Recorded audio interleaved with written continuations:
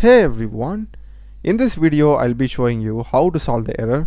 Type error, the view function for did not return a valid response. The function either returned none or ended without a return statement. So I'm getting this error in my Flask application when I try to hit the post path from Postman. So the reason why we are getting this error is so obvious because we haven't given a return statement over here. So even though we aren't returning anything, in Flask we must return something like status or a JSON message or something like that. So simplest way to solve this problem is basically returning a statement like this. For example, let me just quickly copy this and put it over here.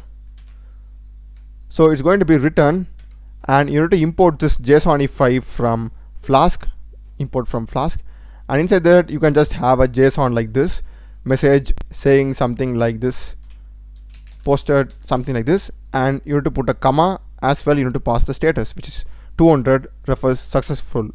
So you just need to have this line and then it will work fine now.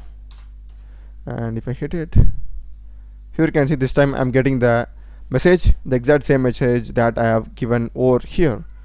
So that's the video, guys. Do check the playlist of my channel. I've done a lot of CRUD operations by using Spring Boot, Node.js, Flask in MySQL, MongoDB, and PostgreSQL, as well as AI, APIs, and tools.